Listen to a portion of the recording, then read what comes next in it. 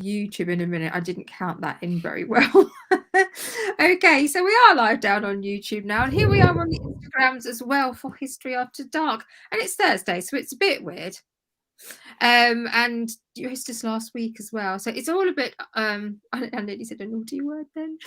It's all a bit all over the place at the moment. Right, go live with Katrina Merchant.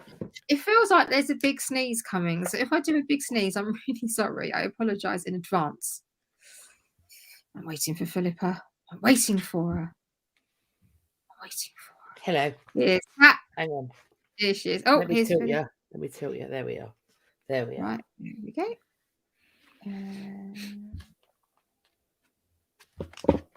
I'm looking for my word of the week, but I dropped the book, you see. So I had to re-find my word of the week. But I've got it now. Don't you fret, Petal. Don't you fret. Don't you worry. I'm really enjoying. I'm not going to say what it is right now, but I'm on. If you are on the YouTube with us, then you can see Catherine's subtitle, which I will say once I've done the disclaimer. Starting slowly today. Well, yeah, we're edging in. We're edging in. Yeah, you're a bit murky. Oh, there you are. I am. Yeah, you got a bit fluffy on your phone screen. I'm trying to. Shall I give myself a clean? Bear with me, caller. Yes. You're a bit dirty. Are you a bit dirty, Philippa? It's still a bit like it's a bit misty. Yeah, well, it does. It blurs my background on Instagram. All this talk about filth. We are dangerously close. So before we get any closer to going over the line, we're edging. We're edging. Which in itself is vile. Right, welcome, friends. It's Thursday, not Wednesday, but this is still History After Dark. Never you fear. It's a little bit past 8:15 because we had a slow start. We snuck in stealthy like. We called it this because when we made it up, it was winter, so it was dark, and it also fits because we like to talk about the facts of history as far as they are known to us. But whilst doing it, we like to mix it with a soupçon, a side order, a garnish, if you will, of utter vulgarity. So we like to be laying in the gutter, but looking at the stars of history. We like smut, we like filth, we like innuendo. With that being said, if you are in a open plan office with a judgmental boss, put a headphone in. If you are in a car, by a kitchen table, in a living room with a small dobber of a child, we call that child Timmy, as our mugs say. Timmy is a problem. Merch now available. Then put a headphone in, because Timmy is the kind of child that will hear something the once, not say anything at the time. Just that will be in the vault. He'll hear the vulgar thing. It goes in the vault. No mention of it. Takes that into school with him like a little gift, and then repeats it in front of his teacher, who then Googles it. Loudly, and then the teacher has to Google it because they don't know, because they're an innocent Miss Honey type figure. Which again, as a side warning, if you don't know what something is that we've said, don't Google it Don't Google it. Thus, put a headphone in. Other words of advice: this is not a drinking game. This is one of a beer drinking game. We do not approve that message. And finally, for your own futures, this is my advice to you and Catherine: no feet free on the internet. Welcome, friends, to this episode of Sea Skits. We are talking about the big man himself, Richard Coeur de Lion. I think I fancy him, actually. Oh, mate. We'll get into that, I'm sure, mate. And I'm actually sorry, my face. That was like. Okay. I mean, there were people fancy. I am starting this. Dorothy has brought up something that I brought up in my live on Monday, which is that I admitted that I am Timmy. I was the Timmy as a child, which is why I issue this disclaimer, because I was exactly that turd bag that got her mother called up at school because she'd tell me a thing, and by Christ, I was going to repeat it in grotesque detail, if humanly possible. Any detail, grotesque detail. Yes, ladies, what's in your mugs? Water. I've got water in this one, and tea in my cheeky monkey mug. Got So a hair in hers. as the Americans say, I am double fisting my drink. I'm sure That's what they Americans call don't it. They say do that. not say They- that, do they? They absolutely fucking do. I learned it on TikTok. Americans are for our American friends. Can you confirm If or you- deny? we call it being double parked, right? Yeah. They call Do we? it.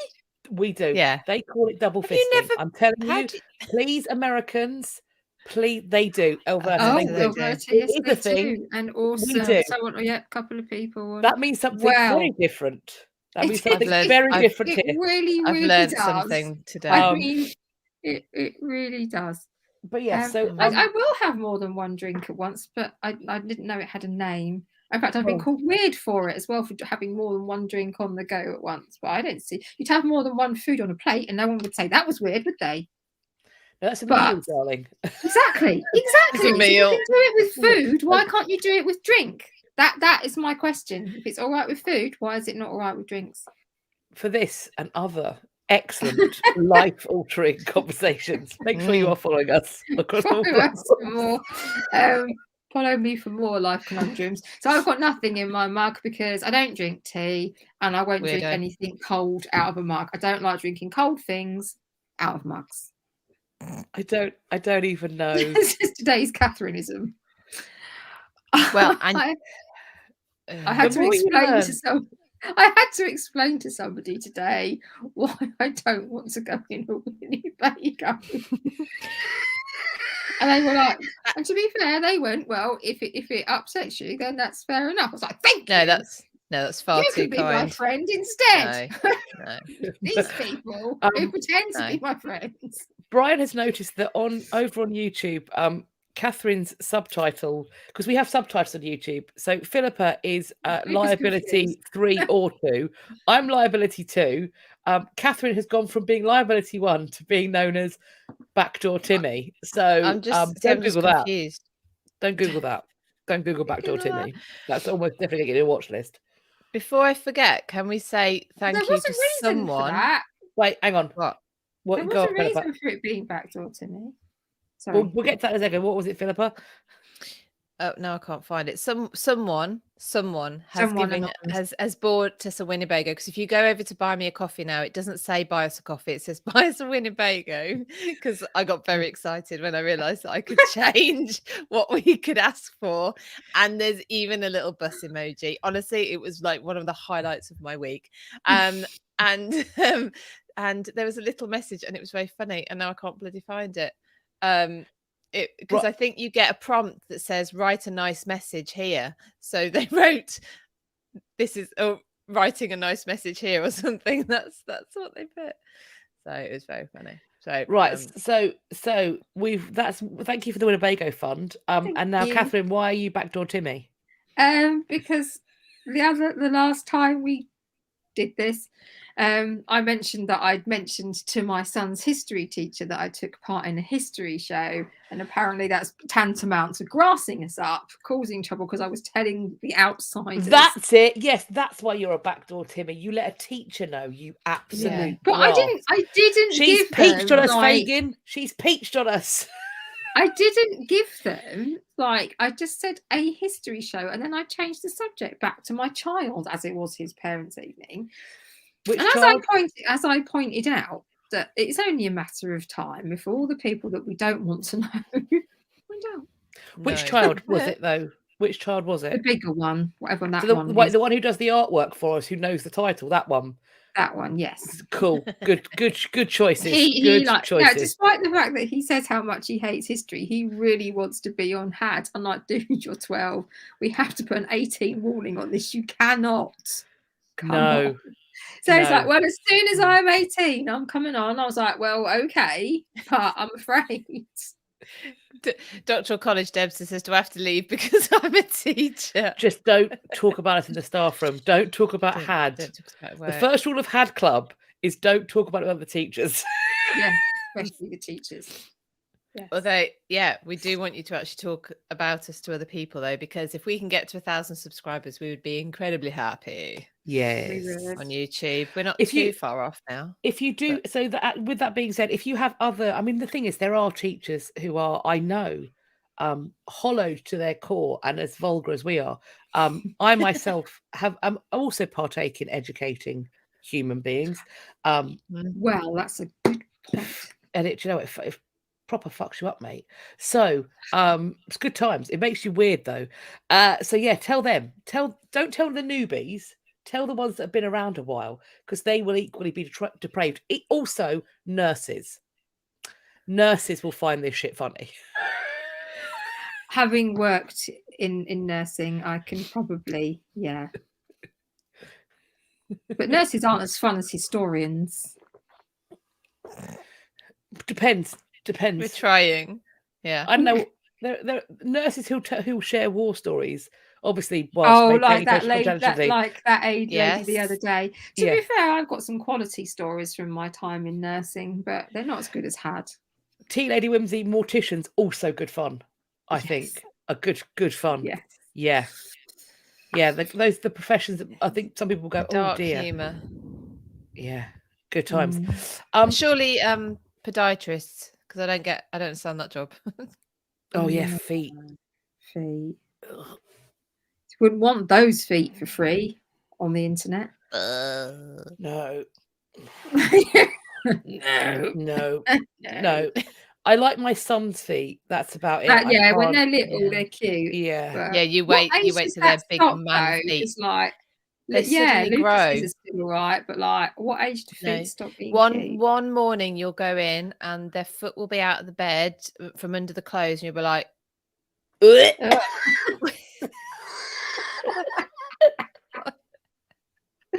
and he'll. And is that when you're like, my baby is grown? I find a part of them repulsive, because otherwise you find none of your child repulsive. And I think it must be that point where you're like, something, the worm has turned. I now feet rancid. I don't understand. Well, with the boys, it's a big man foot one day. a big man foot with hairy ass man foot. Yeah, it's just when you can plait their toes, babe. That's the one. That's the fucking one. No, absolutely not. Absolutely not. It's just Christ. You know what? I bet Richard I had fucking rank feet.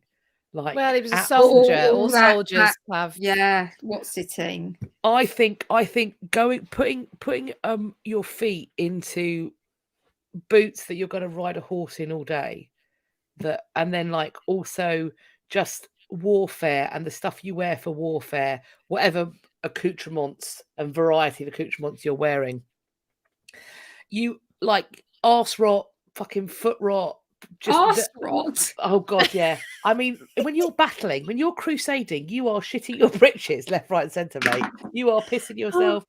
Someone's got to clean them up for you. I mean, that there is no way all day in the saddle trying to take back Jerusalem. You don't also have. You're trying to take back Jerusalem. Athlete's foot. Yeah, you can't athlete's really. Knob. Athlete's hero. Fucking just fungal infections everywhere. Okay, are there any athletes on here, male athletes on here that can confirm? No. Are there any real thing? Are there any crusaders who can verify these conditions? Yeah. I suppose we should start. Probably. Is that a nice link in there back to Richard the Lionheart? Richard the Lionheart had manky feet. Shall we talk about him? It's good. Kiddies and me. So I saw my 14-year-old daughter's feet the other day, and I asked her, "Where are you sailing to with those boats? They've elongated like Elastigirl." Yeah. My journalist, how the fuck did we start talking about rank feet? Honestly, ladies, I step out for barely a minute and come back thinking our subject tonight is Richard the Lionheart, and I find this. Yes, it's only going to get worse. So I have got I've got his starty bits. I've got starty bits, which mostly are going to be him being a rebellious turd against his dad. Although his dad's a caveat as to well. That, we'll get there. Oh, go on. Yeah. So, but the thing is that Philippa is doing his battley bits that are crusady bits, and there is some overlappy bits. In those things.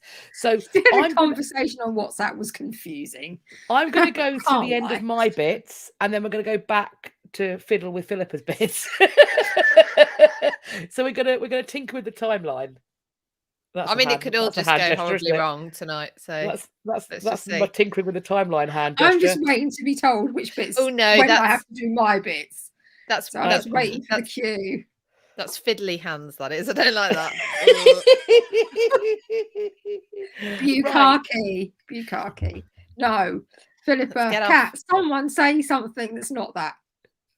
I don't know how I got there. I'm going to jump in. Right. So, Richard I was born on the 8th of September, 1157. He was born at Oxford.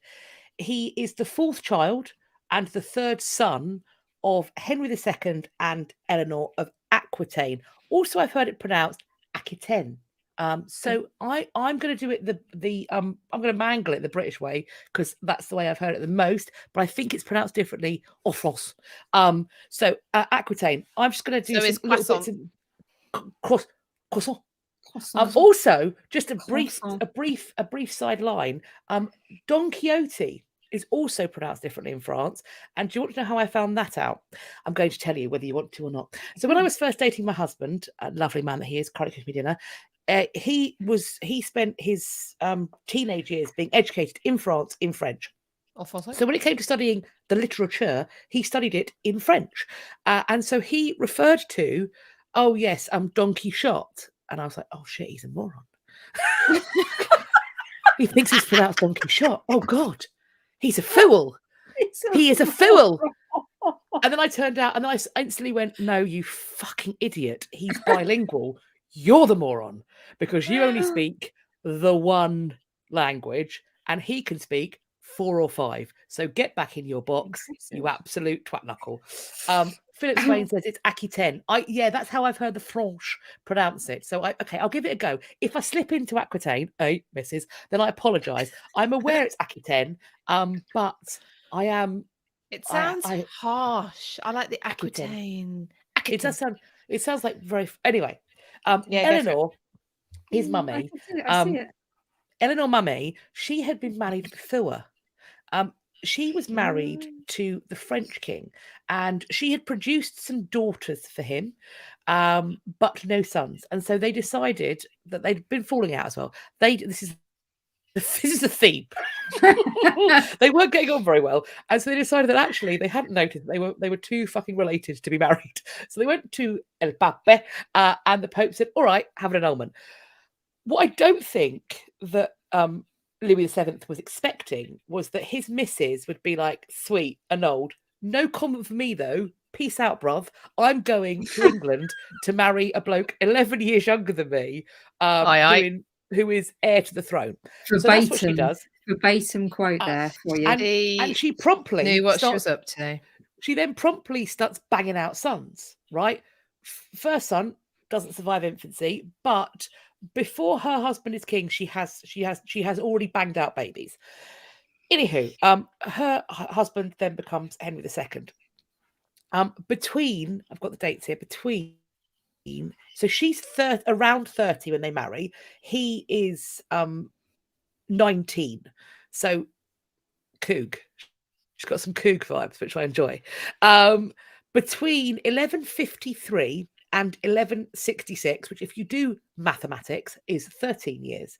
In that 13-year period, Eleanor manages to bang out 8 children. God bless her. All of whom, bar the eldest, live long enough to marry.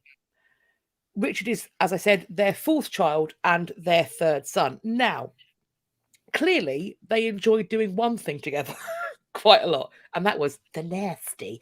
Unfortunately, they were good at it. They seemed to be. They certainly knew how it worked. That is very. I don't know if it doesn't mean that they were good at it. Well, they believed that, or they were very keen on practicing. They were triers if they weren't. Well, that's admirable. So Richard is born at Oxford. His early years, he is being raised in the household of his mother, and he's also got this nurse. The name is Hodierne, and I'm possibly butchering that. It is spelled Hodiierna, Hodierne, which I don't know where that originates from as a name. Wow. Okay, good. he obviously felt a genuine affection for this woman, and she stayed on his radar long past nursehood. Oh, Catherine's seen something. Pretty big. I mean, I hope you'd be at least passable after 15 kids. Yeah, I mean, if you're not getting at least an 8 out of 10 after that, then it's a good point. It's a good point, well made. In the not git side of it, Richard did give his nurse this substantial pension the moment he becomes king. This is somebody who's been there for his very early life, but presumably he's still aware of her because he knows to give her this pension. He hangs out with Thomas Becket, who comes to a sticky end on his father's orders.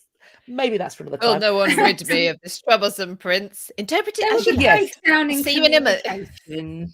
There was a breakdown in communication, and allegedly some knights were drunk and stayed drunk as they made the journey across the channel to get to Canterbury. 3-day journey. That's a long time to be drunk. They were, I mean, I've known people do it, but it's that French wine. They babes. were on it's a French bender. Raven, thank you for sticking my sneeze. So they, Richard is kind of educated by the Archbishop of Canterbury. Apparently, he did enjoy a good old Latin joke. So not just a bruiser, also quite keen on the intellectual side. From his mother, he becomes a patron of troubadours, so he enjoys that kind of entertainment, that sort of quite aesthetic court. He is apparently a songwriter. And he's going to be a poet as well, isn't he? Oh, he was also apparently he apparently had a poetic voice, very much his own, according to his entry in the Oxford Dictionary of National Biography. On top of that, Muslim sources noted that he had an interest in Arabic culture. So he is as well as being very keen on smashing in faces, he is from youth and all the way through, he is an interested person. Colonizing interested person, but he is a person with curiosity, and I think that is an admirable quality to have. Right, them's the good bits. Buckle up. So you enjoyed them. That's it. Daddy Henry is a bit of a shit. So Eleanor, as the name gives us a clue, Eleanor of Aquitaine, she comes with quite a large bit of France. Like, that's a fairly good bit of France to have those connections to. Henry II is the son of the Empress Matilda, she of the anarchy. So he inherits the throne from his uncle, what robbed it off his mum, Stephen. And maybe that in some way explains why he is grasping when it comes to his own power, because Henry II is a fucking megalomaniac. He has these adult sons. He's playing fast and loose with their titles. Like, he has his eldest surviving son at the time, determined to be Henry the Young King. Like, there is recognition there. There is potentially an idea that there should be some power that goes his way. And while he talks a good game, Henry is just constantly writing checks that he's not prepared to cash. It must have been really fucking irritating. And on top of that, he doesn't just piss off his sons who want more power. He pisses off his wife too. He pisses off his nobles. Like, essentially, what Henry II seems to like is a row and a fuck. That's... I mean, that's not that bad a way to live I think, life. but he's good at both. That man can hold a fucking grudge. Don't get me wrong, he's very good at having a fight. He is good. Can you imagine though? So he's had his son crowned as like a co-king, but then to actually give over the reins to someone who really turns out to have quite poor judgment. You can imagine, because he's anyway. Yeah. So he is a git, but he's also like, it's also like Seeding. And the thing is, like, everybody makes a lot about how his youngest surviving son, John, who we've talked about, John, who he jokingly, or perhaps as a reminder, refers to as Lackland. When we talked about that, we talked about how Henry is loading him up with money and lands and titles when he's a very small child, and that must mean he's his favourite. No. He is a small boy who cannot have any volition over where that stuff goes. By giving it to John, it remains in Henry's control. And so that then, of course, utterly infuriates his older sons. That was a motorcycle, if you heard that. Apologies. So, Richard, it's intended that he is going to inherit Aquitaine. Now, Henry the Young King isn't massively keen on this. He's like, this should be a dynasty. We are making an empire through marriage. It should all be mine. Nevertheless, Richard is installed as Duke of Aquitaine in 1172 when he's 15, but he was invested in that position 2 years previously. Things ramp up. Henry the Young King isn't pleased with not having any power. He's not massively pleased with his brother being Duke of Aquitaine. He's not pleased with what his father's planning to do with other bits and pieces of land.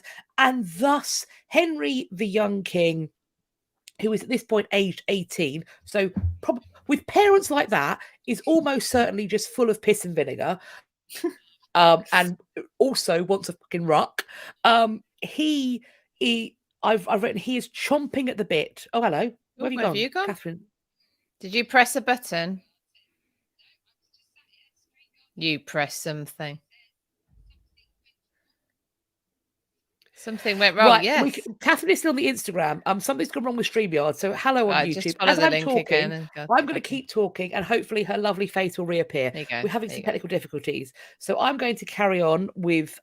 She's coming back in. There she is. Look at her. Isn't she beautiful? That's what they all said. So I've written that he is chomping at the bit to experience some control or power of his own. I mean, he's also keen to safeguard his inheritance, and on top of that, an inheritance that is something along the lines of a empire that he believes he belongs to him.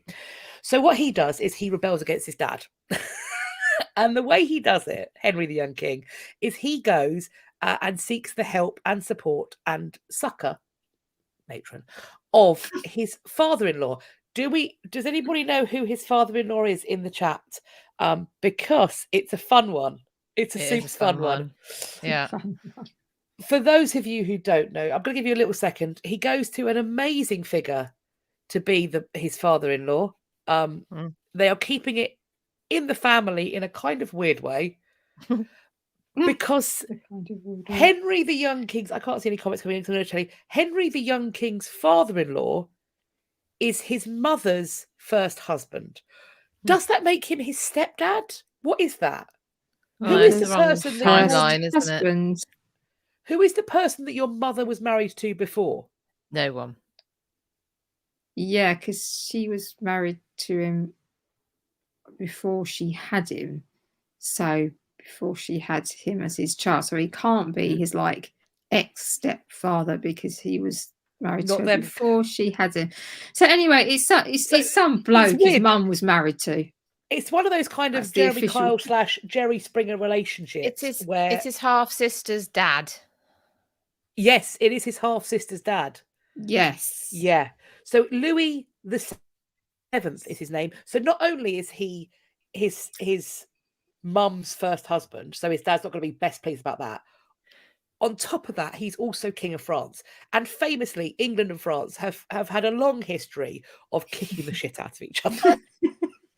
Fun time. It's compulsory. It's just standard. It's have a pie, play football, try and fight the French. That's what we do. Kiddies and me, he didn't marry one of his half sisters because Louis remarried, and so it's not a half sister or a step sister. No. I don't know what it is. It's your mum's dad's kid. No, your mum's still my husband's kid. Oh Jesus! Oh Holy Lord! Not a blood relative. We're fine on this. But they were. For a change. Thing is, you say that, but they kind of all were related. Hence the reason for Well, the yes. papal annulment. I should also point out that in terms of papal annulment, Henry II and Eleanor of Aquitaine were more related than Eleanor of Aquitaine and Louis VII. So the family tree is a wreath. The gene pool is a fucking puddle. Right. So I just tried to scroll up on an actual handwritten page. I was like, it's sign of the times. That's how it is. So yeah, the half sister. I mean, it feels very like people that live in the woods somewhere, doesn't it? Right. So, but not to be left out of the fun. It's not just Henry the young king that goes. It's also his mum. So Eleanor fucks off back to her ex-husband too. She's like, come on. And she brings her 2 boys, Richard and Geoffrey. So they're all over there having a lovely time with her ex-husband. Weird. Raven has said, "Sweet Home Alabama." I mean, it's it's one of those things. They ask that question: what is classy if you're rich and tacky if you're poor? Marrying a blood relative. Ask the Habsburgs. So they're there. Louis. Obviously, Henry is not best pleased. So he's like, first of all, he says, guys, let me give you some shit. Come home. It's all cool. They're like, no. No. He offered Richard 4 castles and also half of the revenues of Aquitaine if he just came home and behaved himself. Louis was like, do you know what? How about no? Don't do that. So they went, fine, let's have a fight. Let's have a ruck. So Henry II then invades Aquitaine twice. Louis has knighted. Louis knights Richard. So his brother's father-in-law and his mum's ex-husband make him a knight. Fuck's sake, it's weird. I should have drawn a diagram, frankly. But and then in 1173, he then fights in Normandy. I'm presuming as part of Louis with alongside Louis' forces. In that same year, 1173, his mum, in the November, his mum is captured by his dad. So they carry on fighting a little bit more. Eventually, Richard is forced to submit to his father on the 23rd of September, 1174. He had put up quite a stubborn fight, and his dad doesn't really punish him as much as he probably could. The terms that all of the brothers get are not as good as what they've been offered a year before, but there are still some kind of concessions made. There is still massive rivalries throughout the next period until we're going to get to the next rebellion. There's kerfuffles. It's all kicking off. The brothers are jealous of each other. Everyone. This is a family. It feels like where if you sat down at dinner, everybody would be looking at their neighbour's plate. They wouldn't care about what's on their own plate. They're looking at their neighbour's plate to make sure they haven't been served more meat. Do you know what that this actually what it feels like. Also demonstrates? Like there's always this need to have sons. So you've got an heir, you've got a spare, blah blah blah. Yeah. This is what happens when that's too successful. Yeah, I mean. Like and you're aggressively ginger and you've got lots of lands and money to fight over. Yeah. A lot of knockoffs. I mean, we talk about how we talk about the Hanoverians. Too many war boners. We talk about the loads of war boners being this loads of war really toxic family. But like the Hanoverians learn from somewhere, and it's these fuckers, like the Angevins. Boy, they will end you. So where was I?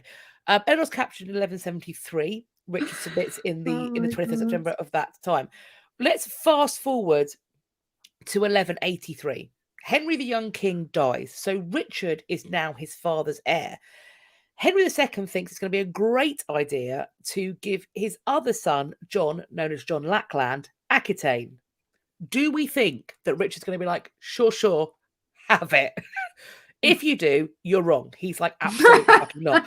And so what he then does in 1189 is he teams up with the next king of France. So the one who was weirdly intermingled with his parents' marriage, There's he a said, test on this at the end. yeah, it just draw the family tree. I double dog dare you. So I feel like I need to buy a there's a new whiteboard king for of these France. situations.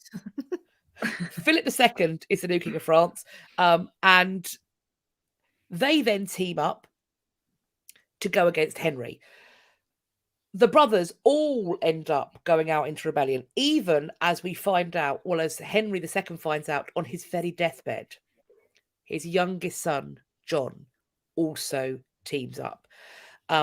Henry II dies in enormous amounts of displeasure on the 6th of July, 1189. And that is, for me, some of the background, briefly, and quite intertangly and incesty of Richard I.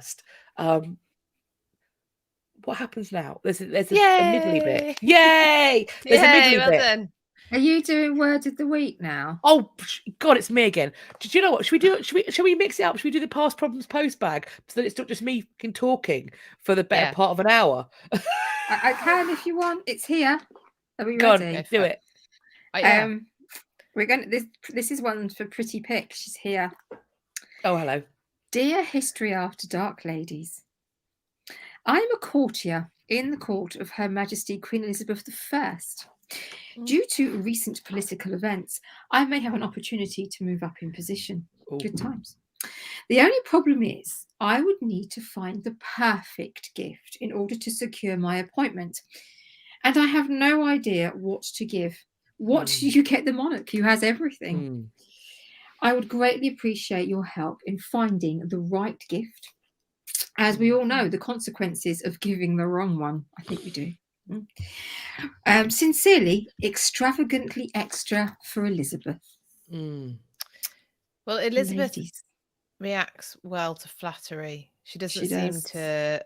You can flatter her without concern that she might say, "Do you mean that?" Because she loves it. Yeah, she loves it.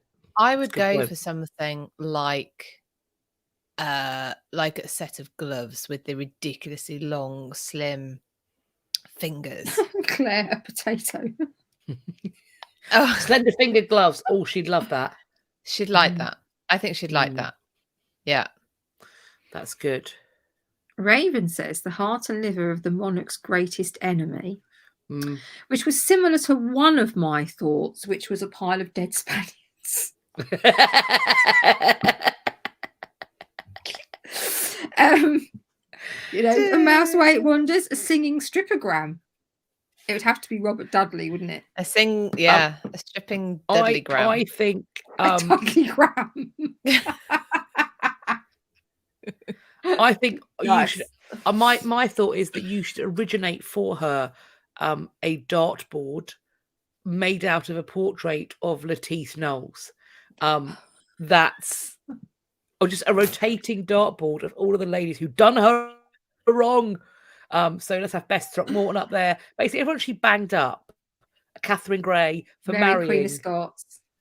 Oh, definitely Darty Boardy. She's the bullseye. That or a big frock. Yeah. Get her a massive frock with loads of jewels. Yes. That stands up on its own. She'll be happy then. Or a purse of gold. Loads of gold. That she will like you if you give her loads of gold and some of America. Do that. Some America and some gold.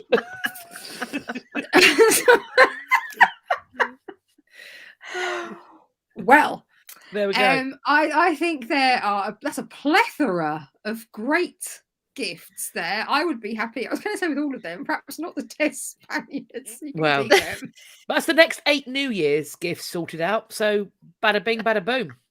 So basically, we have given you there not just the immediate gift that might help you to secure your promotion, but just endless possibilities there. You've got several years worth of keeping yourself in the good books there. Yeah, because you can't just buy one. Don't get married though. Don't get married unless it's someone she tells you can get married to. She'll never let you get married. She's not going to let you get married. Forget it. No.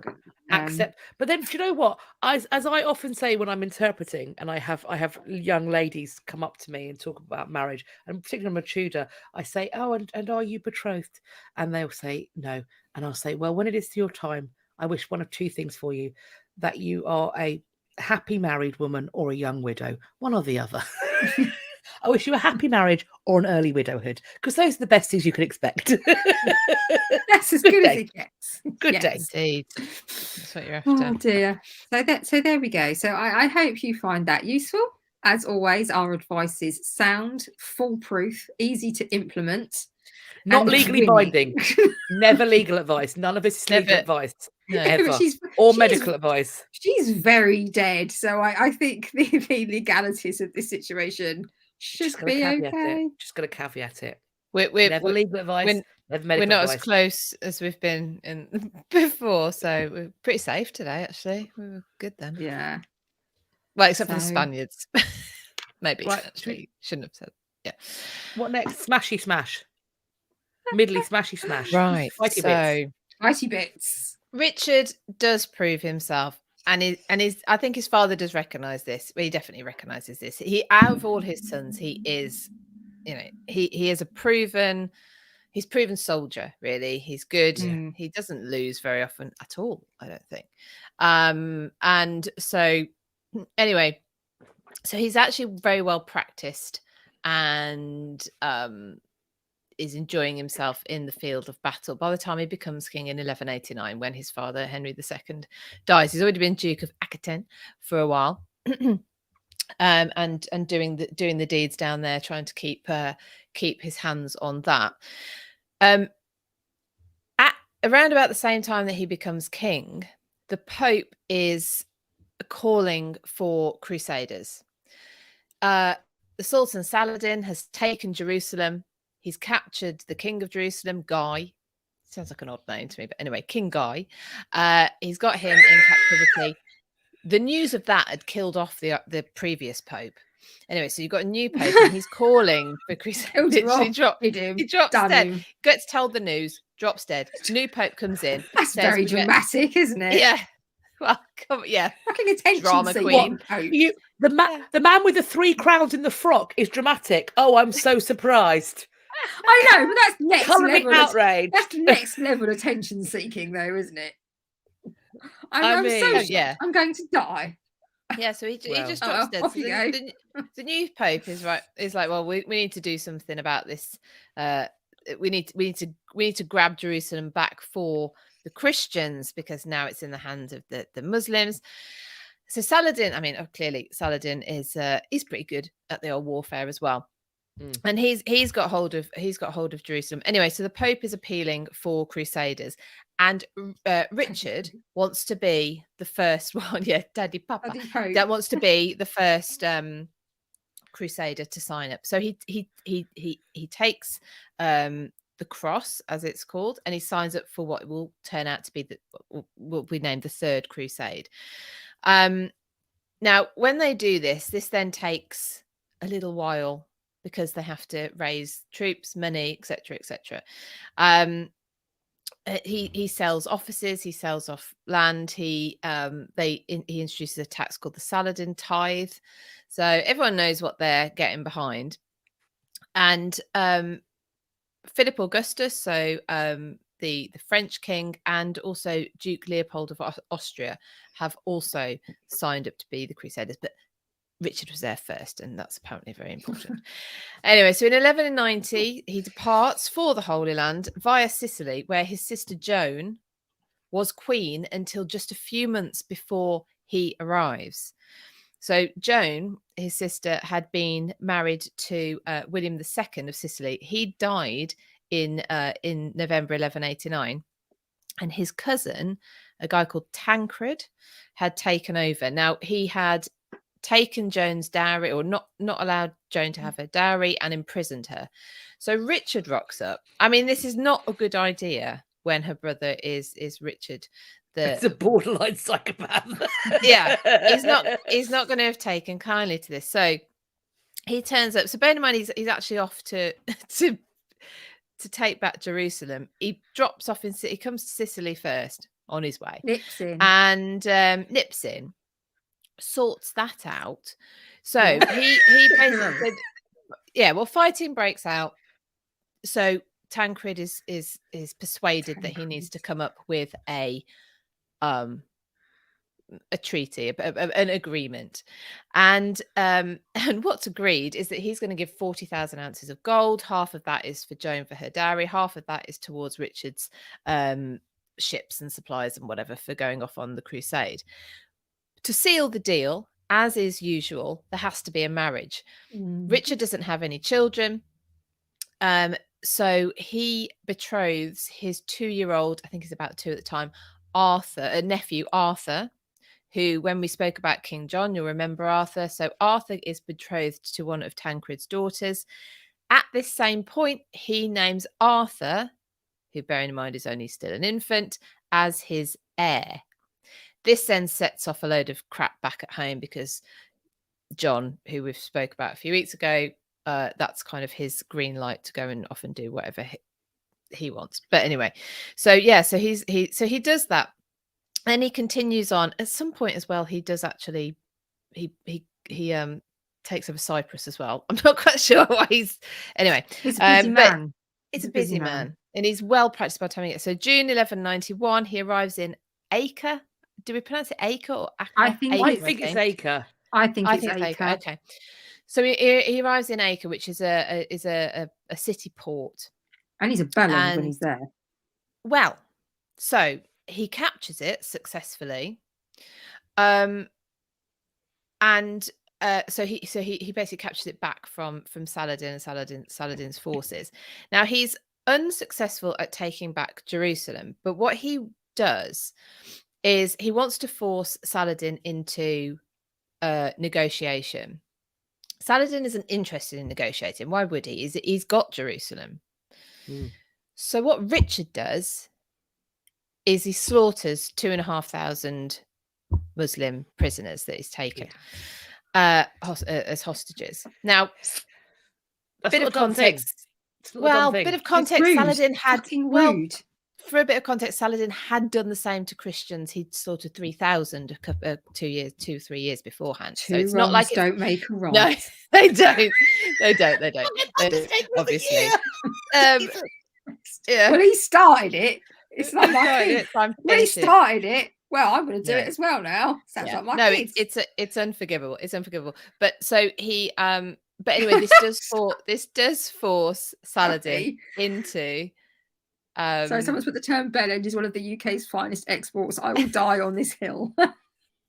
That's a good hill to die on. We have more. I keep coming out with them and I'm like, oh God, that was in front of my kids. I love a compound swear. I do. Love it. Yeah. Oh, love it. Cock jockey. Anyway, that's a good one. I like that. I'm going to use that more often. Yeah. Oh, you absolute arswipe. Anyway, so arswipe also good. But it did force Saladin into negotiations, and what they agreed was that the Crusaders would keep hold of Acre, and Saladin would allow for Christian pilgrims a safe route into Jerusalem, but he would hold on to Jerusalem. So actually, Richard isn't successful in terms of the Crusades. Objective is to take back Jerusalem for the Christians. Knobhead, yeah, Tez, also a good one. And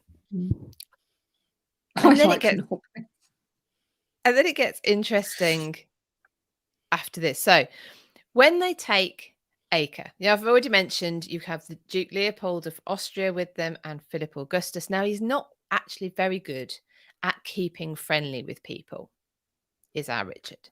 Wonder where he gets it from. Now, when they take Acre, Duke Leopold has unfurled his banners on the walls of the city. But Richard and Philip Augustus have already decided between them that they're going to split Acre in half each. Leopold is not down with that shit. He's not included in this. So he's unfurled his banners. So this is seen as a complete overreach of Leopold. So his banners are ripped down and then, just for comic effect, trodden into the mud. This is a humiliation for Leopold, right? He's Richard and Philip Augustus want to say, right, you've overstepped the mark.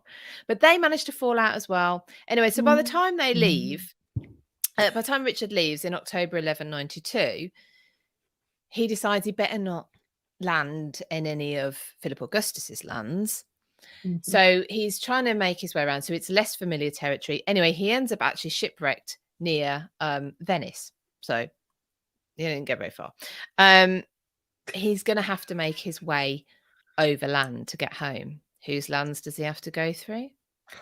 But the recently humiliated Duke Leopold of Austria.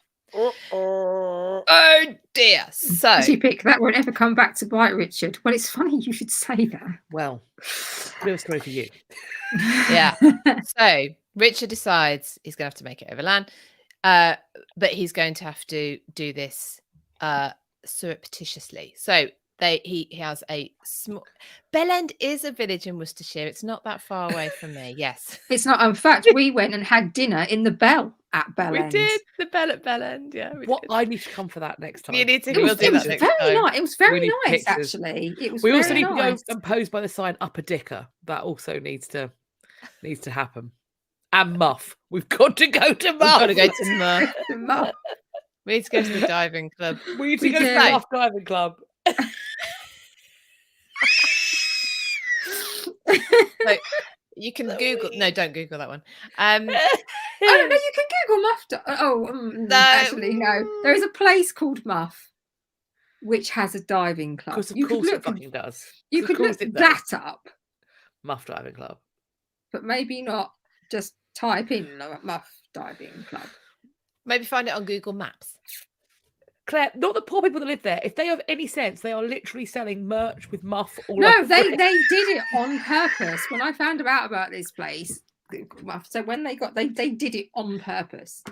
I believe they went, oh well, we live in Muff. We want to go diving. What the fuck? You would. But we would. Yeah. We would. Yeah. I would literally have it. I'd have a Muff rubber. I'd have I'd have Muff pants. I would just literally merch the shit out of Muff all over the place.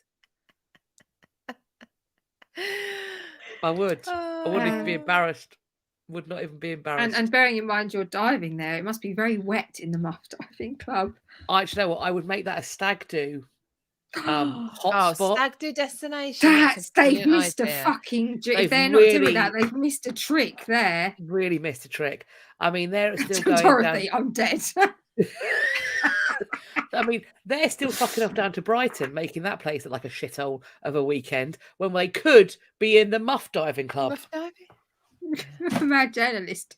I'm so confused, mate. Weren't we talking about Richie's war escapades and end of we business were now? We were. I'm not. Practice your practice your no beaver stevia. Wait, no Muff too tough. We dive at 5.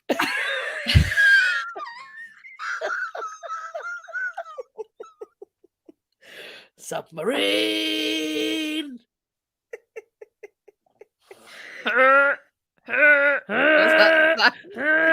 Dive. What's with the fucking sound effect? Torpedoes. In the Muff diving.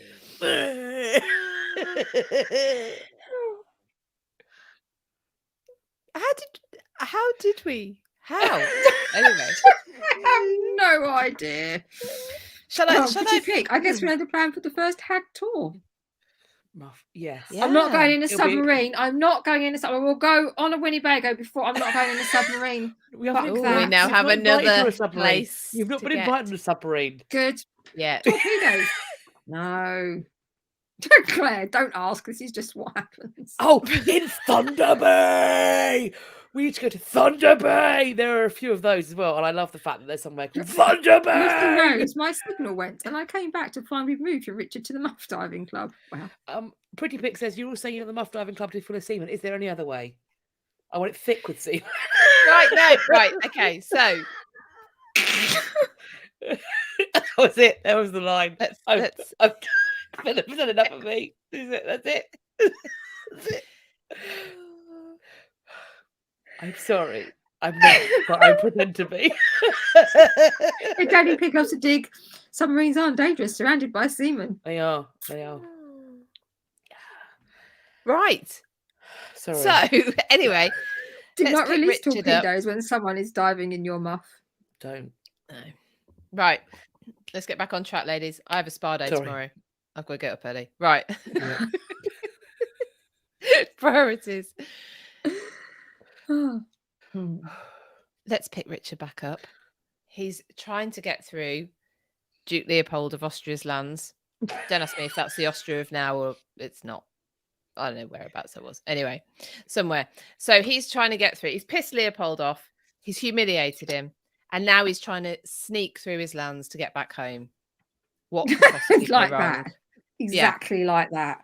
Yeah. He's like, he's in camo gear. He's like, he's like this through the undergrowth. Yeah. So he's got a small retinue with him.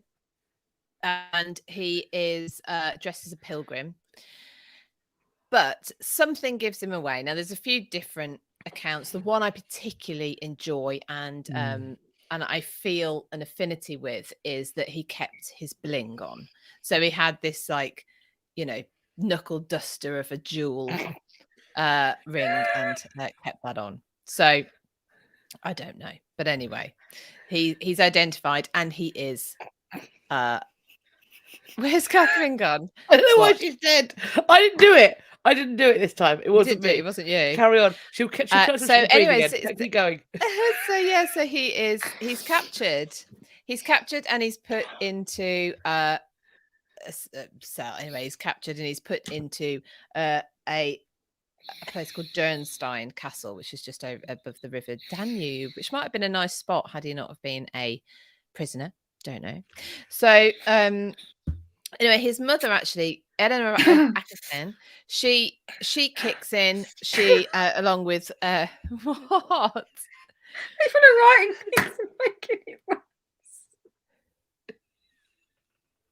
Take your mic off. Carry on. Control yourself.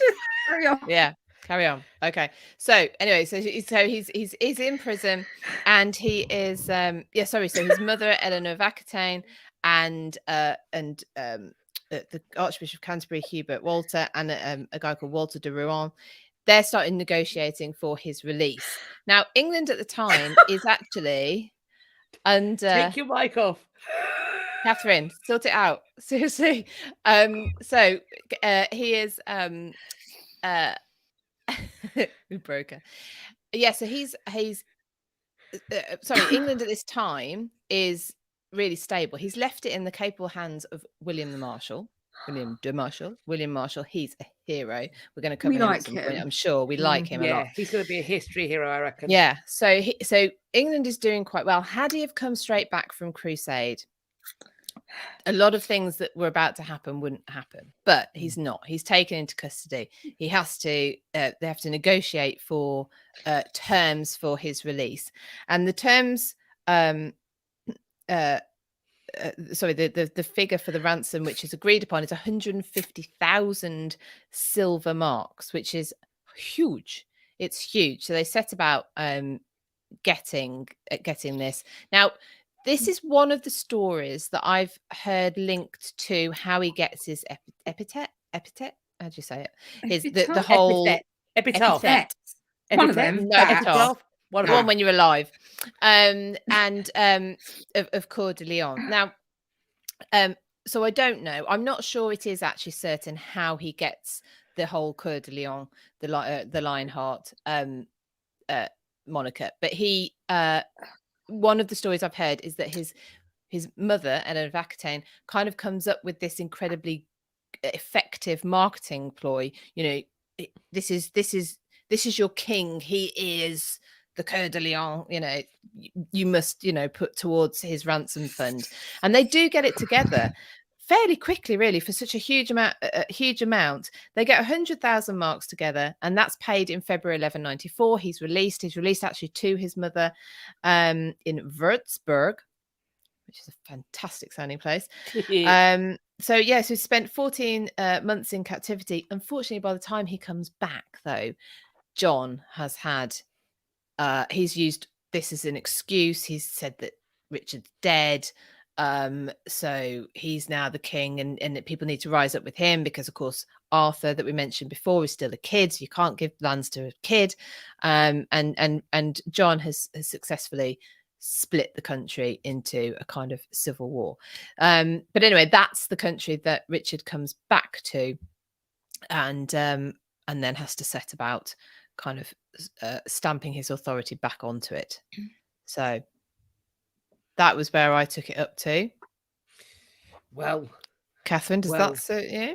We've got some fun things in the comments. Apparently, there is a place in, say, Pennsylvania. Was it Pennsylvania? There's a town in Pennsylvania called Intercourse.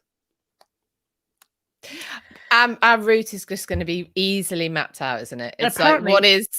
There is a highway from Intercourse to Paradise. No! That is amazing. Apparently, the thing is, as I listen to a lot of true crime, there is also a place called Truth or Consequences. Truth or Consequences is a place, but that was because of a radio competition. And I think it's the old version of Truth or Dare. So there we go. There we go, indeed. There we go. Somebody further up in the comments Googled bukkake. Oh no! Oh dear, we've warned you not to do that.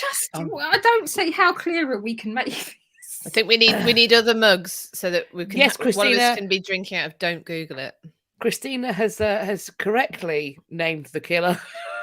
It is the toy box killer. Don't fucking Google that shit. That is haunting. That is haunting.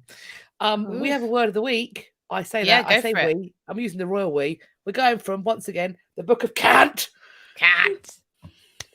You can't.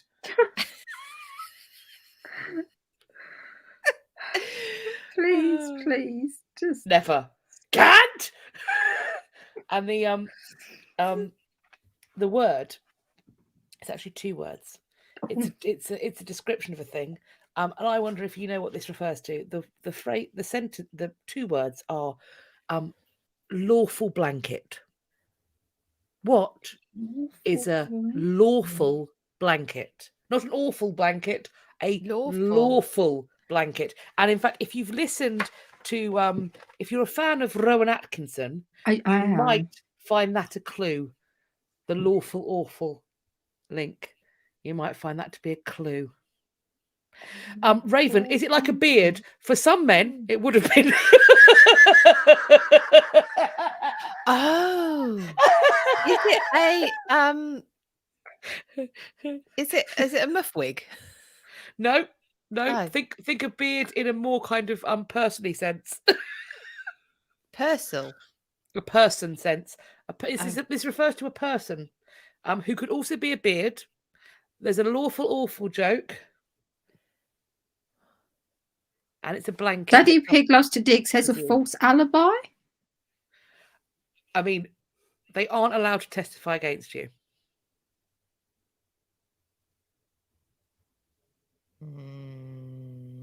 Pretty Pick says something to do with a kid being born legitimately versus illegitimately. I mean, we're getting close. It means I'm not going to tell you how to draw a page in CAD because I'm guessing you've got the book. It is a wife. It is just a wife. A lawful blanket is a wife. So hence when somebody says, is it a beard? I'm like, well, for a certain type of man, having a wife would absolutely be a beard.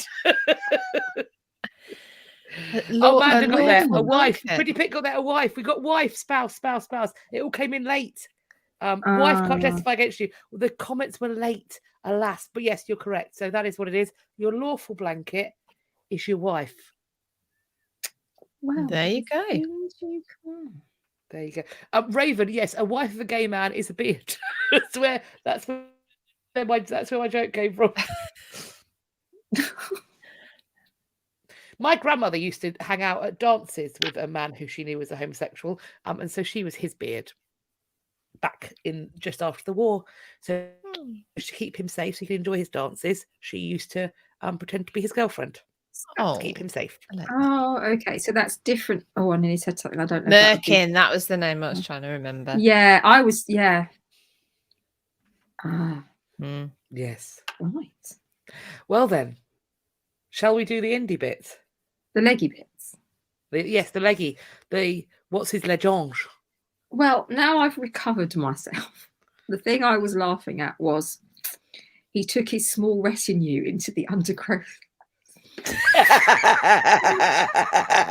That's what did it. Excellent. See, I didn't even mean that to be funny. And you're like, well, sometimes that's the way it goes. I mean, I nearly went. Actually said to the bishop. I nearly went when you said something about getting Richard up again. I was like, well, someone's got to. See, I think I would be. I think I would be attracted to Richard. I have to say. Well, I mean, especially now you said he was also a poet and had a nice voice. But think about the feet. Athlete's knob as well. Athlete's knob. Actually, he made it. There is talk that he was homosexual potentially. There was.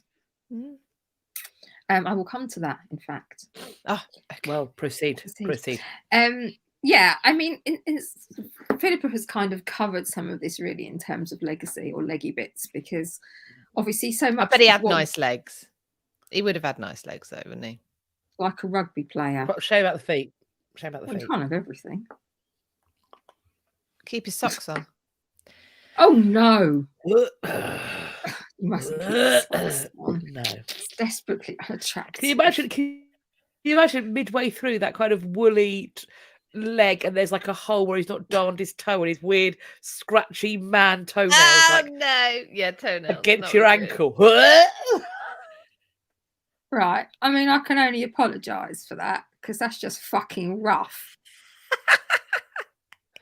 Oh, like, I hope no one's like, Claudia thinks she's attracted to Henry VIII, babe. But would you like a pen for your own death warrant? That's a hard pass from that. No. No. I just Brian, the man hobbit. It is page 156. Well done, Andra. You found it. Right. Kat, you've had some really bad experiences. Right. Yes. Yeah. I mean, so have many of us, but that's a little bit special. Yeah. Right. Okay. No man fee for free on the internet. Dirty pig. When he be Winnebago, will he be visiting the Muff Cream Pie Shop? Yeah. Yep. You know, it's bad when even me and Kat are like, we do not know what to say. Oh, I was thinking, what's the OnlyFans channel for that? What's the OnlyFans channel? Because we're going to start one. We're going to put Catherine's feet on there, and we're going to do a weird OnlyFans about rude place names. I reckon. Let's do it. Let's do this. Let's do this. Do it. Do the filth. Claudia wants to be queen. Well, it'll be short-lived, babe, because he does have a nasty habit of knocking his wives off. Like he's got a hefty body count as kings go. There's a high price to pay. Yes, your head, which you need for a living. It helps, doesn't it? Not being married to Henry means that you are more likely to be alive. I'd leave it if today's free advice. Don't marry Henry. Don't marry Henry VIII. No feet free on the internet. That's what it is. Both of those things are sound to live by. Right, come on then. Anyway, yes. So Philippa was sort of, it come up in discussion, all the sorts of different things where we see these different pictures as Richard, the types of things that we did. I wasn't there. I don't know about you guys. You took my time. You took my time machine, so I couldn't go. I was there. Dr. College Deb, just one sec. I have to go up and down Grope Lane on a regular basis. Now, you and I both know that is not the full name of that lane. You and I both know. I know that as well. But that's got another word in it. Mm-hmm. Well, yes, it has. Oh, we covered that, didn't we? We did that. Yeah. That you won't say. I won't say. I don't like it. I don't want to get us banned on. Someone's not got you angry enough then. It has been known. It has been known. Right, carry on. Anyway, leggy bit. Anyway, so, yes. Take 84.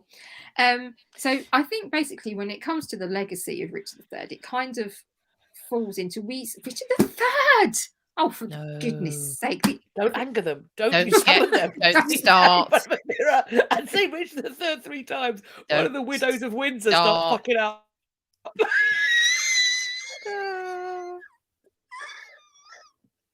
I'm here to talk about how he was innocent. Don't summon them for the love of Christ.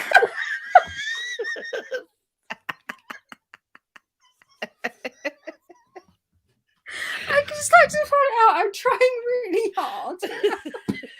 The idea of summoning With them no like success. they've got radar. They've got feelers out. They've got spies. Yeah, they'll be on. I must share facts that I believe from, I don't know, my divining rods. Rods. I found liquid, therefore Richard is innocent. Richard is innocent. I found fluids over here. Thus, the princess is still alive today. Oh, sorry, Raven. Can I just say that it currently says you started streaming 69 minutes We did. ago? Oh, Womp yay! Soixante-neuf. Soixante-neuf. Right, that was a little jingle about Yeah, we have a 69. jingle. Jill says, what's That's the where we are. conversation today? I'm fucked if I know at this point. Anyone? It's Richard It's the Lionheart, actually- and we're about to hear about his legacy. Yeah, Right, we have been quite okay. informative in between the. We Not have. informative bits. And because of all this, I sadly don't have a huge amount to put forward. So, yes, sort my shit out. Right. So, yes, so Lionheart, and as Philippa mentioned that, it's very likely his mum that gave him the epitaph, name thing. Epitaph. I'm an epitaph, and so are you. Kisses. Please.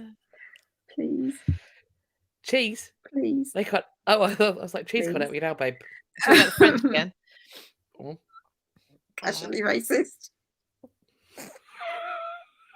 Own it. If you're going to make it, then make it well. You people are doing this to me deliberately now. Well, yes, correct. Oh, Marianne, it says 69 viewers on my YouTube. Yeah, well, it was 69 as well. Yeah. Well Right, spotted. come on. Nice. Right. So, yes. So, when you're looking, obviously, at somebody's legacy like this, we go back and we look through history, and actually a lot of this big Richard was great kind of came from contemporaries. They were his contemporaries, chroniclers. So we got a chronicler here who said, when he died, "Oh, death, do you realise whom you snatched from us?" It was like, yeah. I've got him. Got him. So despite the fact he was only in the country, he was only in England for 5% of his reign, which is a poor effort, I can't lie. Yeah. But he still sees someone needs a nap. You're right, I do. He still managed to seem to create this sort of role of magnificence, of valor, of chivalry, of bravery. So all these things that you kind of, it's never caught when your mum picks your nickname. I tell you what, I dread to think what my mum would pick for me. It wouldn't be good. So, and in this period, these were all things that were considered, what you would strive to be. So, Philippa mentioned the importance of being that person that goes on progress. Somebody for the love of fucking Christ. Thank you. I didn't know what you were talking about. I was like, what? I don't know either. So he's ticking all these boxes. We look back historically, as people looking at history do, and we say, yeah, he was really ticking all the boxes. His contemporaries were all over how wonderful he was. He was courageous. He did all these things. So we see where we get this image of this wonderful king, and it's almost like he became the standard. If you couldn't match up to Richard the Lionheart, then were you even the king? Were you even the king? I think one of the things, aside from that's done him a favour is, and as Kay is literally just coming with there, was what came next. Yeah. John. And now, if you missed our discussion on John from a couple of bits ago, then do pop down and see that, because it was fabulous and actually slightly more well constructed than whatever this has been this evening. And but yeah, bellend, massive bellend. So if you put them two back to back, it's hard not to look fairly decent when what comes next is that shit show. Yeah. To be fair. So I think, and then, he's seen, as we discussed at the time when we talked about John, we discussed Disney's Robin Hood. I know you're going to say it's always Catherine's come back to Disney, but it was a really good point where Richard was portrayed as the full-maned lion and his John was a little sort of naked lion, not naked lion. Well, lions are naked. Anyway, they don't really wear clothes. They don't generally. And, sort of very sort of ineffectual and weak comparatively. And there's been so many other, Ivanhoe being the very, very famous one. So Walter Scott's Ivanhoe, which gives you this fictitious association with Robin Hood. But that's obviously, again, Robin from he's a hero, isn't he? So all of these people. But you always see, so there was loads of them. So there's Ivanhoe, The Adventures of Robin Hood, 1938, The Lion in Winter. Lion in Winter, that's amazing. Yeah. Oh, Prince of Thieves. Let's Robin Hood, Prince of Thieves. Because at that point, Sean Connery on a big horse. I was very young and I had feelings for too many people involved in that. Like, I was a child. I liked the Kevin Costner one. Yeah, I didn't like him. I liked Will Scarlett. Christian Slater fit. Yes. I did also like Richard. What's his name? Well, Richard was it Sean Connery? Is he dead? Did he die? No, that was the other one. Good. He's fit. But I also fancy Bryan Adams. So I Bryan Adams, that's it. Bryan Adams. Yeah. Bryan Adams. Everything I do it for you. I loved it. It. When did that come out? I don't know, but I feel like we need to watch it again. A while back. We need to watch that again. A while ago. Like more than a week, but less than 600 years. Oh, apparently Sean Connery is dead. Oh. Oh dear. I was thinking of the other one, so he must be dead as well. Sorry to break that to everyone if you didn't know. Sorry. Who's the other one? The other one that was James Bond. It's from the 80s. Oh, it's Prince of Thieves from the 80s. Really? Is it? In which case, I must have been it five. Can't no, be. When I had a crush. Hey, when did Robin Hood, Prince of Thieves come out? 91. Prince of Thieves was released on the 14th of June, 1991. Thank you, Sarah. Right. Well done. Okay. I was still too young to have crushes, but I definitely had crushes on everyone. Robin Hood Men in Tights came out in 93. Excellent film. Yes, The Lion in Winter, 1968. Ivanhoe, 1952. King Richard and the Crusaders, 1954. The Crusaders, 1935. The Men of Sherwood Forest, 1954. And most significantly, in 1972, Up the Chastity Belt. Was that by any chance? Frankie Howard. Okay. Same sort of genre. Yeah. So all these things, maybe not that one, but generally what you see is Richard as this big manly man. He's off crusading. He's a fucking hero. Yes. If you're not, if you're not a man, if you're nothing like him at all, you might as well just give up. Basically, if you're not 1/10 of Richard, then you might as well just that's it. He was good. Philippa's there. She's all over it. It's good. I mean, I think the thing is he's good if you think that crusading is an appropriate way for a king to spend their time. That wasn't the only way he spent his time, was it? And that was kind of the thing. He's been put into this context because of that. But then more recently, people have started to reflect on him in different ways, because a lot of it, as you then went through the coming centuries, a lot of this was just the same stuff repeated from his contemporaries. So we still continue to get this idea of him as an amazing king through the coming centuries, because people were literally just repeating what his contemporaries have said with no real examination. But as time goes by, you start to get people re-examining monarchs in more sort of recent decades, or even the last couple of centuries, people re-examining monarchs, comparing him to what followed, saying, well, actually, these contexts of chivalry and crusading and things, well, what was considered vital then for you to be a good king and a warrior, and actually, people who've examined, so there are two things really. The first is that people have reflected that he was kind of doing this more for himself. He wasn't doing this to bring the glory to England and the people. And the philosopher David Hume, who I quite like, in his History of England said he was better calculated to dazzle men by the splendour of his enterprises than either to promote their happiness or his own grandeur by sound and well-regulated policy. And as it was touched upon, he basically came, oh, I'm king. Oh, look at all the money I can get. and I can just take myself off on my jollies. And this was a bit of a dick move. I don't know if the Welsh not the Welsh, the Scottish. He actually went to Scotland and basically said, right, well, you can have, but I can't find where I've written it down now. William the thing is, somebody. we have to remember, England is not. We're looking at it as we're Anglo-centric in this look at it. He's not. He is raised to be Duke of Aquitaine. He's not supposed to be King of England. He's only King of England because his other two brothers die. Yeah. So yeah, I suppose my question is, though, looking at it as, he's only been here 6 months. He wasn't supposed to be in England necessarily. Yeah. John ends up in England all the time because he loses every piece of fucking land that came to his aunt, to his father and brother, and his brother, kept. That's the only reason why John ends up in England so much. I suppose the thing for me is I mean, I definitely see that the kind of not coming to England thing is perhaps a bit of a red herring. I think there are some key failures that he does. Number one is that he doesn't produce an heir of his own body. He doesn't secure the succession. And if we're going to go down the line of securing the succession is the thing to do, he doesn't do that. He is expensive. He is very expensive. Being captured is expensive. Crusading is expensive.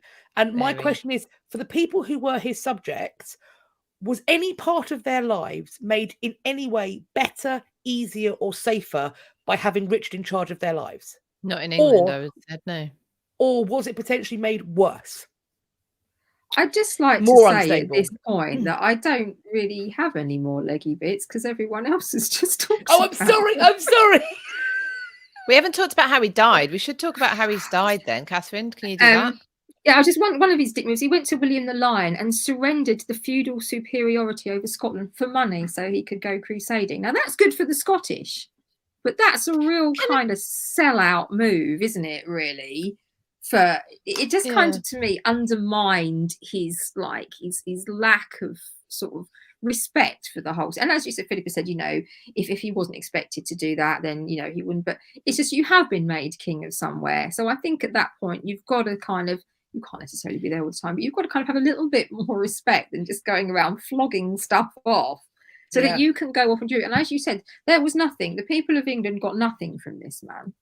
However, he came back and rescued it from John. Yeah, but John was only there because you fucked off in the first place. Yeah. Well, John was there because John took the opportunity of Richard being away to start laying his own claim. Right, but crusading was incredibly important and popular, actually, amongst the populace. They didn't go off on their own. They recruited people to go off on crusade.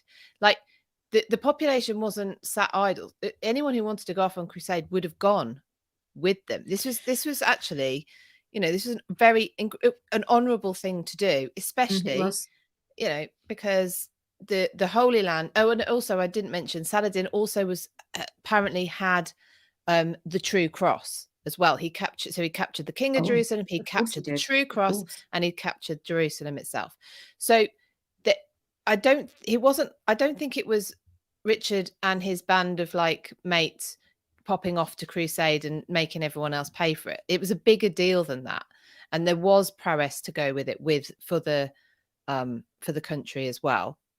I think this was the thing. That's why people at the time perceived him so positively, was just because of that very thing. But I think the motivation was his motivation to do it for the people and the country, or was his motivation to do it for himself? Because if he was doing it for the prowess, you could argue, for example, Henry V was like, I'm going to go off and fight the French, it'll all be fabulous, and glory for Britain.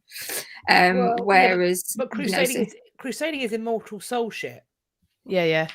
That's it. Crusading is like no purgatory bollocks. Like it's and presumably for the kind of bootnicks who are willing to fight and die and not have their names recorded fucking anywhere, and it's just incalculable waste of life.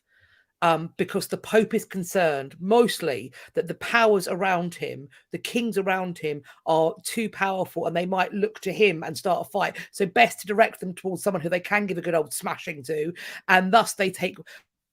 I mean, look, despite my love of violence, I am ultimately, I think that all wars are pointless. And I think that ultimately crusading, I understand what the narrative they're told, but ultimately crusading is promoted by a pope who is concerned about his own place and position and wants to distract some warlike kings. And in doing so, their subjects, and majoritively their most vulnerable subjects who aren't going to have their names noted down anywhere, they are the ones who are going to lay down their lives. It's their kids they're going to be left at home with making it harder to feed because their mothers are widowed. Like, to me, any promise of immortality or glory for England is the incalculable waste of life. It is, but at least they're on the front line with them in this period.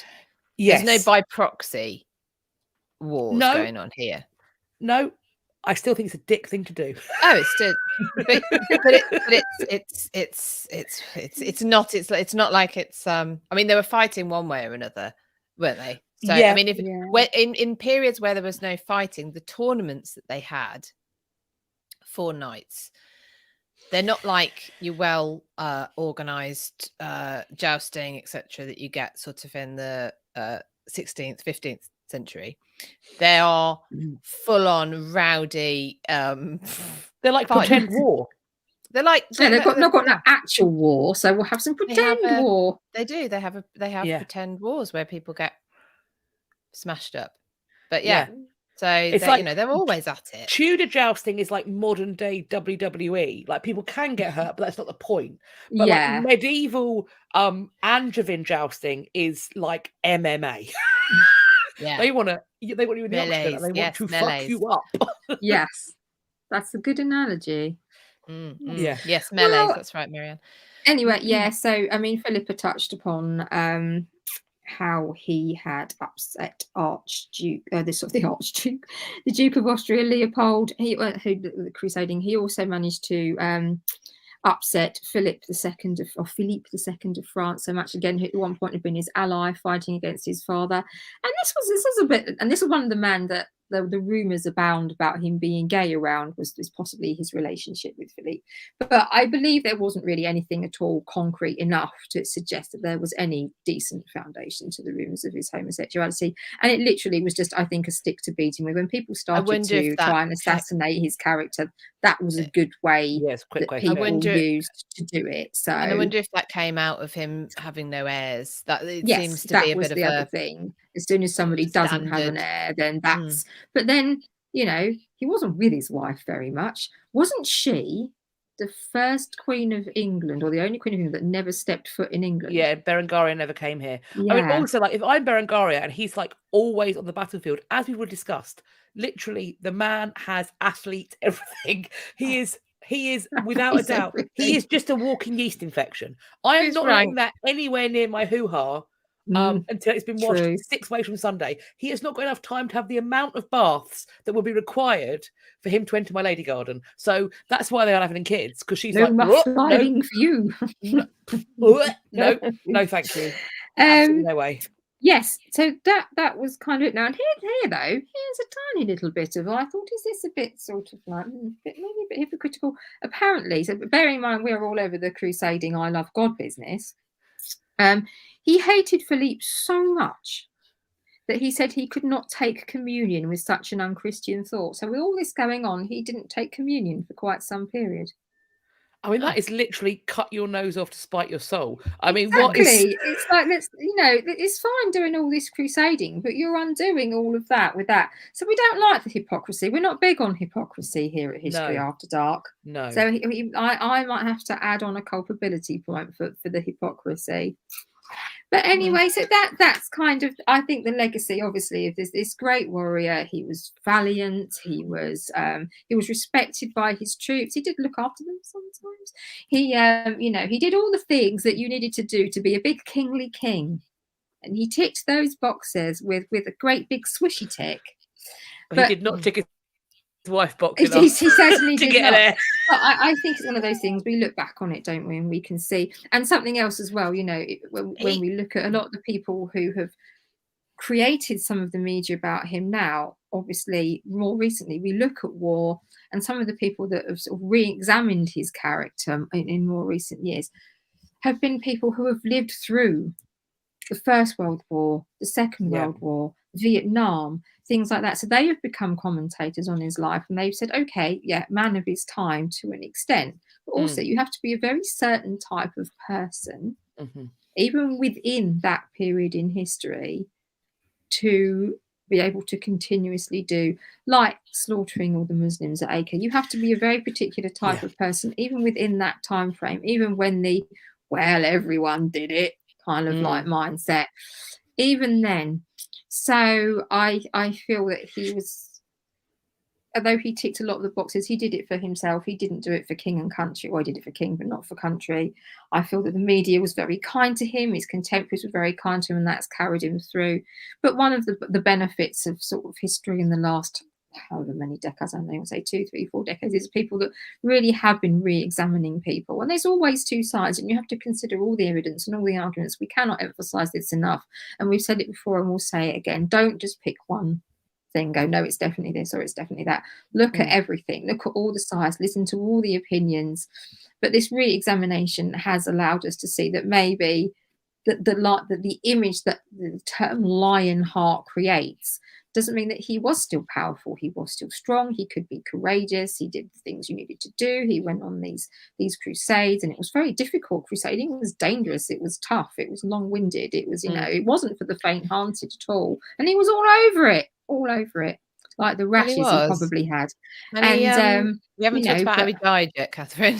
Well, I mean, basically, and then he had this like one sort of stroke of humility. So he was shot by somebody. He was hit in 1199, so he'd been king for 10 years at this point, by an assassin's arrow, and he died in the arms of his mother. She nursed him and until at the point at which he died. It was obvious that he was going to pass away, and he gave instruction for the man. He said, I forgive him, and I would like him to be just left. Please do not seek any revenge for me. I forgive this man. And he passed away a good few hours after the arrow hit him. And so you sort of see that as it's quite uncharacteristic, really, for him to sort of offer this forgiveness. However, unfortunately for him, in terms of his last wishes, the people his supporters, his followers, that went and got the bloke and killed him anyway. So. Yeah, so they were laying siege to Chalou, is that how you say it? The castle there that hadn't, I don't know, they wanted a ransom. And and there was basically a lucky crossbow shot, got him in the shoulder. But it could possibly have been a kid. That's relevant to the letting him off, leave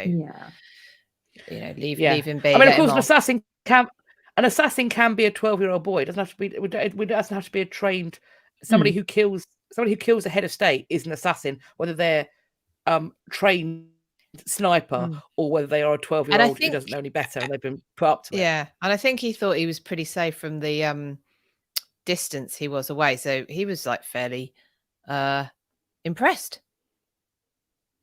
So which is quite funny. I don't think it was John, and I think it was no, it wouldn't have been John. It would have been whoever was Richard's right-hand men. I can't remember their names at the time, but they were closest associates.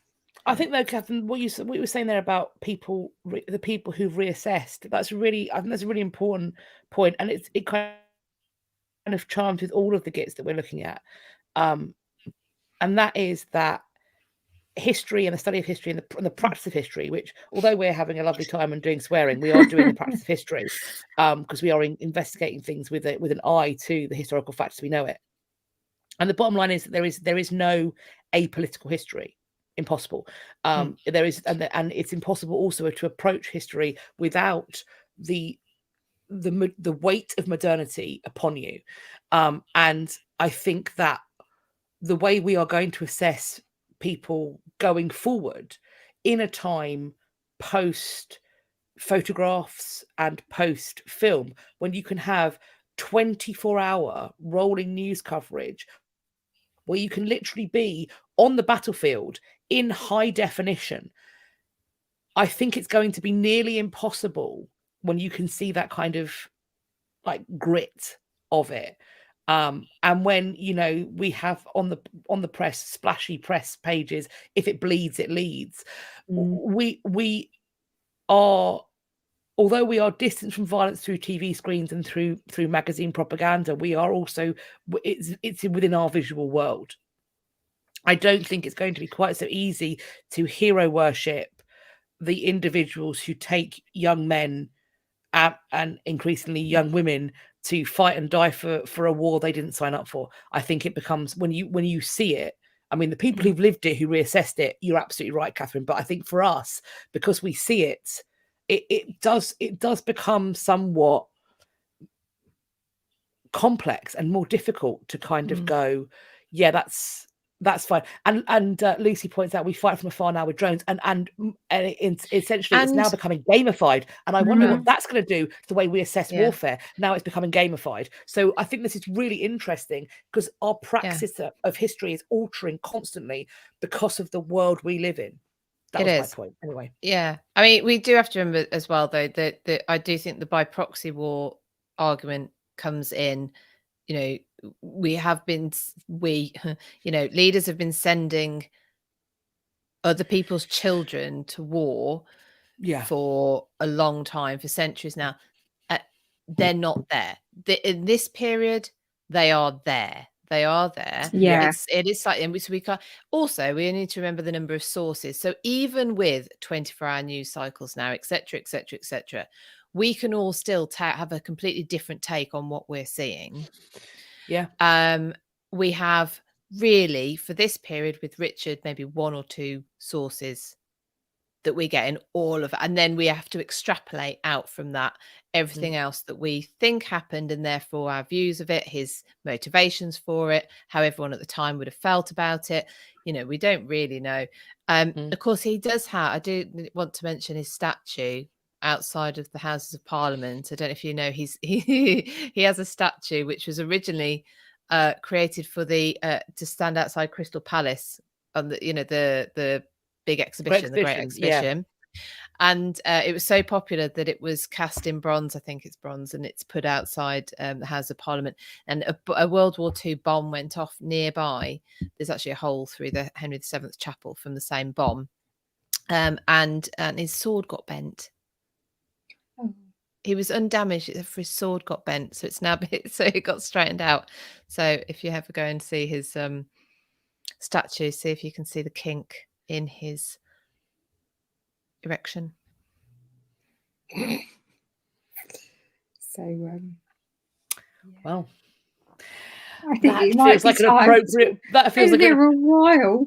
A little dent in his erection feels like an appropriate time. Philippa, tell us all the things that you normally tell us about.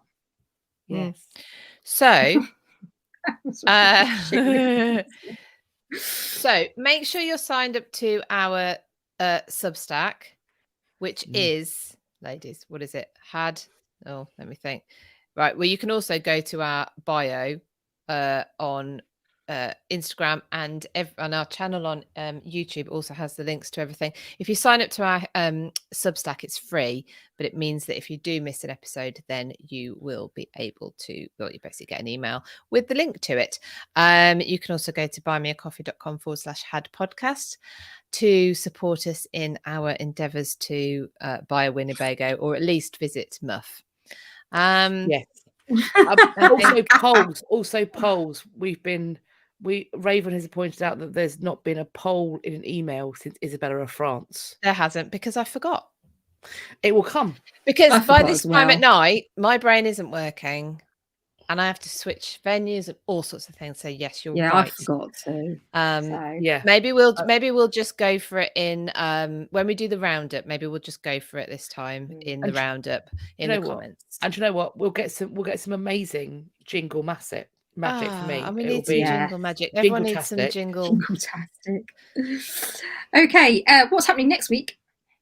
Well, you two Roundup. are on your own next week. No. No, it's Oh not. no, it's not Roundup. We're on our own. You That's what's two happening. are let Shit the loose. bed.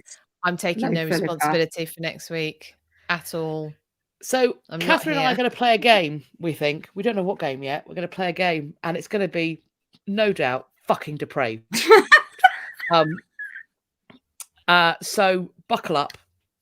It's almost. I didn't. Do you know what? I didn't add to the disclaimer today because I took a week off and I forgot about it. Usually I say watch us or watch the playback on the YouTube and Instagram, and then I did not add. But it's always wise to watch us live Just in because case. sometimes we say something so fucking heinous that it has to. We have Next to beat the week footage to the sun. might be that Next week. week is likely to be that week because this one, I'm pointing at it on my screens. This one is a bad influence on me. Facts and truth. That one depends on which that one. Right. Above, Can I just me on say this and that one. Can I just say that is one of the most unfair things I've ever had levied against me in my existence. Because I have my moments. I can't lie. I have my moments. But what in the ever living fuck has happened to me since I've met her? Because, like David said to me, I didn't realise how bad you were till you met Kat. Thank you. See? Well, look, just because you've been hiding it from your significant other all the years you've been with him, just because you have been hiding the truth of the sewer of your depravity, it's not my fault. Right. So, fuck knows what's going to happen next week. Brace yourselves. Yep. Buckle up, buttercups. It's going to be And then wild. we'll be back. All three of us, I will be back with the crew the week after, and we'll be doing our roundup of the previous 4. As a heads up, May is going to look a bit different. May is shenanigans are plenty. Stuff a bit here, there, and everywhere in May, but we it's won't be fun. here. But we will be having a git break. Yes, to bring you some various other bits of entertainment. Yes, it'll be a git hiatus, but still. That might be the best expression ever. Right. Okay. On that note, if you are only following us on YouTube, thank you very much. But please consider going down to Instagram, history.after.dark, where you can also follow us there and you get a little bit of extra content. You can also join our close friends for all a load of random shit we'll send you if you're on that. If you go to buymeacoffee.com/had podcast, just scrolling across the bottom of the screen on YouTube, then you can find out how to join us on Close Friends on Instagram. Thank you so much. If you are only following us on Instagram, sorry, Kat. We will be Wednesday next week. Pretty pick ass. It's not a permanent Thursday move. That was my fault because I had to be at rehearsal last night. It'll be back to Wednesday. Just Catherine and I next week. If you are only following us on Instagram, thank you very much for coming. Please do also follow us down on YouTube, History After Dark. Please bring all your friends. Please bring everybody. Do warn them a little bit. Unless you want to see their faces. Yeah, true. Yeah, but we really want to. We really want to appreciate that, and thank you to everybody who's helping us build both channels. If you go down to YouTube, please like, subscribe, hit the bell button, comment, all the usual things, and we thank all of you for your support on both channels very much indeed. Yeah, it's been a long one tonight. I don't know what happens at places. We do love a long one. I don't know. I'd apologise for my behaviour, but I'm not sorry. No, never be sorry. Sorry, not sorry. Apologize. Sorry, not sorry. Sorry, but what I said. I'm just trying to have some fun. Right, I'm going to count us out. Ready? Okay. Yeah. We're going to say bye-byes. In a 3, in a 2, in a 1. Bye. Bye.